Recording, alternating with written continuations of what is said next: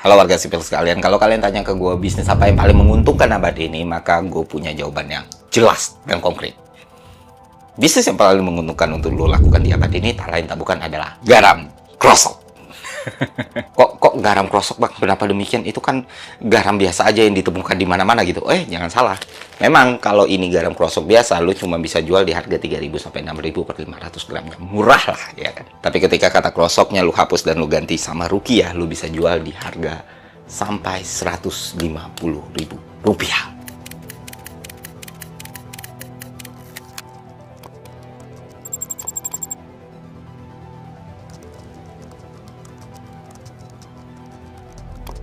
Artinya ada kenaikan 23,81 kali lipat, yang mana kalau kita persentasekan itu lebih dari 2000%. Bisnis apa yang lebih menguntungkan dari ini coba? Gila nggak lo?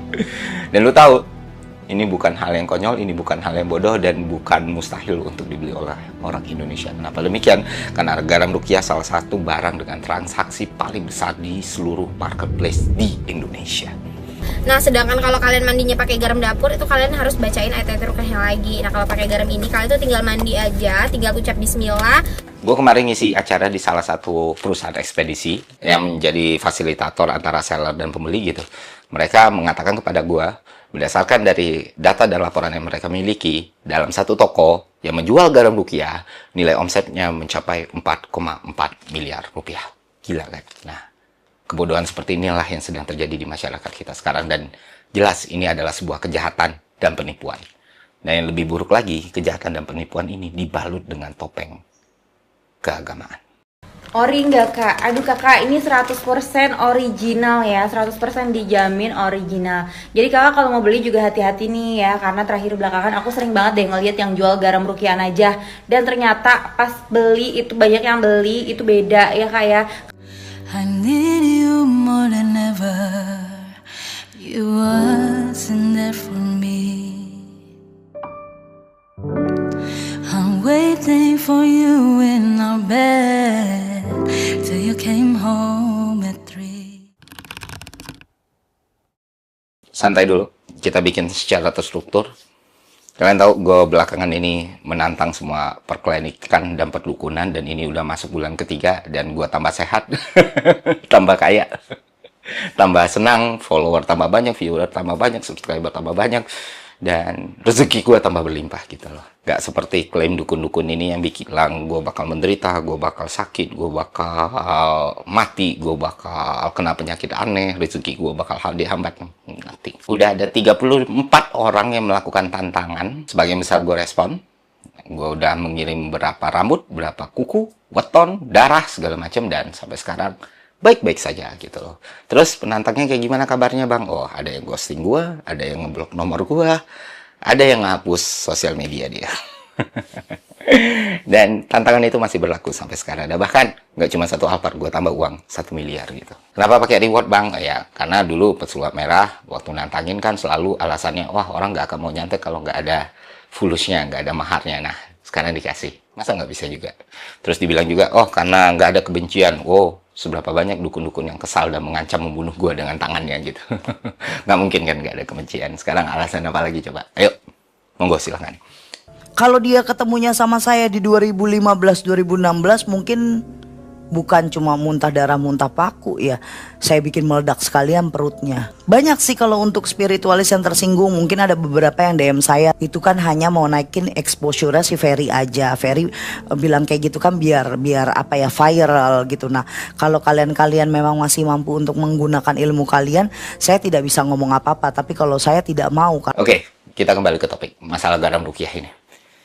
Gue bisa dengan sangat bold dan sangat jelas kepada teman-teman semua, penjualan garam rukiah di marketplace semuanya itu bertentangan dengan agama, khususnya agama Islam. Kenapa demikian? Karena gue bertanya kepada ekspertisnya, kepada ahlinya, kepada praktisinya. Dan ternyata semua perkembangan industri ini, semua perkembangan sosial dan budaya masyarakat ini membuat para penipu mencoba mencari celah menjual garam rukiah dengan harga yang jauh lebih mahal, dan bagian paling fatalnya adalah laku di pasaran.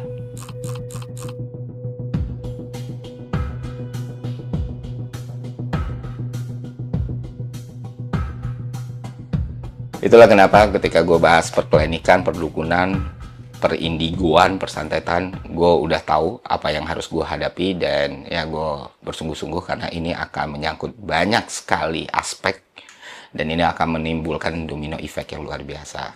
Gue harapin goals gue tercapai.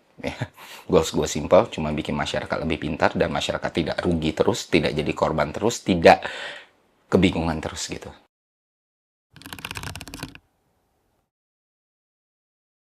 Oke, gue mulai dari hal yang buruk dulu. Pertama, seperti yang gue bilang, ini bertentangan dengan agama.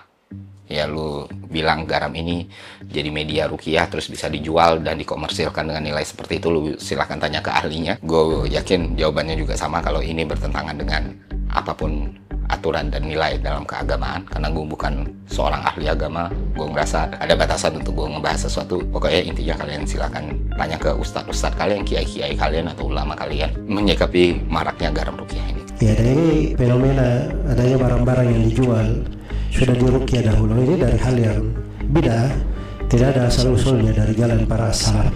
Semoga Allah Subhanahu wa taala memberi taufik kepada semuanya. Apa yang saya jumpa ialah dalam Quran ataupun dalam hadis tidak ada. Antum jangan belajar ruqyah, belajar tauhid. Sekarang ini jadikan sebagai mata pencarian. Kok kita mau cari yang jelek? La haula wala quwwata illa billah. Antum sebagai talib lebih mulia antum belajar, menuntut ilmu. Usaha tetap wajib mencari nafkah, tapi sekedarnya. Bukan usaha yang seperti ini. Enggak ada ulama salaf ini kan contoh fi'lus salaf. Ada apa enggak fi'lus salaf seperti itu? Itu kan kalau memang ada orang sakit, kita bantu mengobati. Tapi ikhtiar obat kan bukan hanya ruqyah, banyak yang lain. Cuma Nabi memberikan kaidah, likulli da'in dawa fatadawau wala tatadawau biharam. Setiap penyakit ada obatnya, berobatlah kalian, cuma jangan berobat dengan yang berarti berobat dengan apa saja boleh. استخدام الملح يفك السحر أو يطرد العين مجرد استخدامه. أما شرعا لم يثبت، وحتى الذين يستخدمون الملح الآن في العلاج وكذا لا يقولون أنه يثبت شرعا، لم يثبت فيه شيء من الشرع أبدا، وإنما هو تجارب يستعملها الناس. نعم. Kedua, mereka menggunakan foto, dan gue yakin ini tanpa izin, seorang ulama besar yang sangat dihormati di masyarakat, Syekh Ali Jaber, yang wafat tahun 2021 kemarin, dan ini sangat tidak etis dan jahat gitu loh.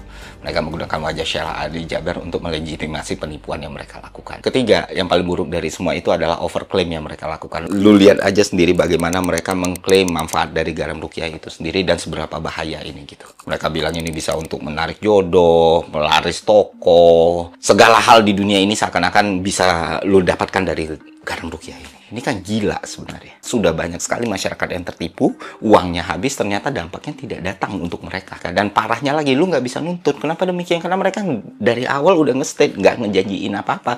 Ketika garam itu lu pakai dan nggak bermanfaat buat lu dibilang kurang ibadah, kurang sedekah, kurang baik sama orang. Dan ketika itu berefek karena placebo yang kuat, sugesti yang kuat, keyakinan yang kuat, itu akan diklaim sebagai keberhasilan. Lu bayangin seberapa destruktif dan buruknya bisnis seperti ini, dan semua orang mendiamkan karena mereka takut, karena mereka tidak berani gitu, karena mereka takut akan dicekal, dihina, diserang oleh orang-orang dengan cara yang paling buruk gitu.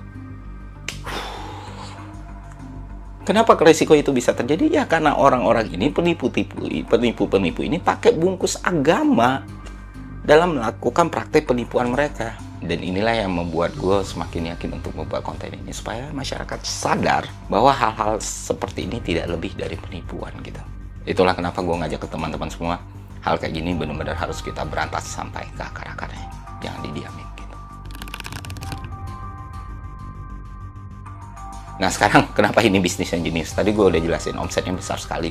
Dengan modal 6.000 lu bisa jual 150.000, lu bisa dapat keuntungan sampai 2.000%.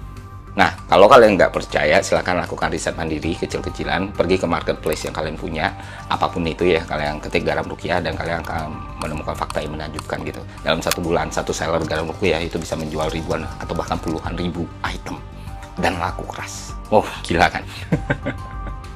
Makanya dalam satu toko itu putaran duitnya omsetnya bisa 4,4 miliar ya. Tinggal lu kali aja, lu bagi aja, lu bisa hitunglah kira-kira seberapa besar keuntungan yang mereka dapat dan mereka peroleh dari hasil penipuan ini.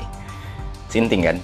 Kedua, berbeda dengan praktek perjudian, binomo, scam, atau trading dalam dunia finansial, barrier to entry orang untuk membongkar penipuan dan semua bentuk scam ini lebih tebal karena berhubungan dengan sesuatu yang melekat pada masyarakat, yaitu agama gitu. Dan tidak semua orang bisa melakukan hal seperti itu. Jadi ya karena tidak banyak orang yang melihat ini, tidak ada banyak orang yang memahami ini sebagai satu masalah, akhirnya ini dibiarkan. Dan siapa yang rugi coba? Bukan orang yang teredukasi, bukan orang yang menggunakan pikirannya dengan baik, imannya dengan baik. Yang rugi adalah masyarakat kecil, masyarakat yang tergolong miskin, berpendapatan menengah ke bawah, masyarakat yang tidak teredukasi, masyarakat yang gampang dilekatkan dengan logika-logika mistika, sehingga problem solvingnya, critical thinkingnya dibangun dari situ.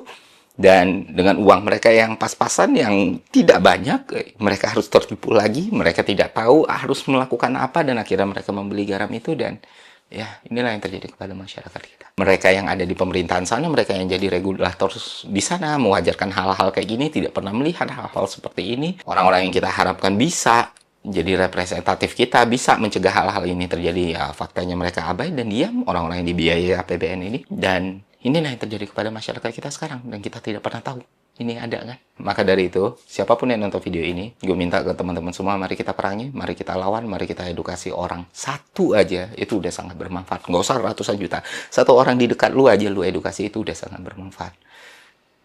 Ini perjuangan yang panjang, tidak mudah. Tapi gue yakin ini masih bisa kok. Dari apa yang udah terjadi selama 3 bulan ini, keyakinan gue makin bertambah, optimisme gue makin bertambah. Masyarakat kita, gue yakin dan sangat-sangat yakin, mencerdaskan kehidupan berbangsa itu bukan sesuatu yang mustahil untuk dilakukan. Sulit memang, tapi bisa. Dan ini butuh kerjasama kita semua. Dan ini nggak bisa dilakukan oleh gue sendiri, atau Malaka Project, atau segelintir orang. Ini harus kita lakukan bersama-sama. Itu aja dari gue, semoga konten ini bermanfaat. Sampai jumpa di konten selanjutnya.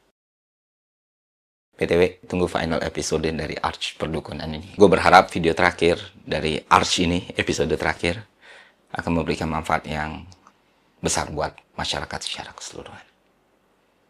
Sampai jumpa di episode terakhir. See ya.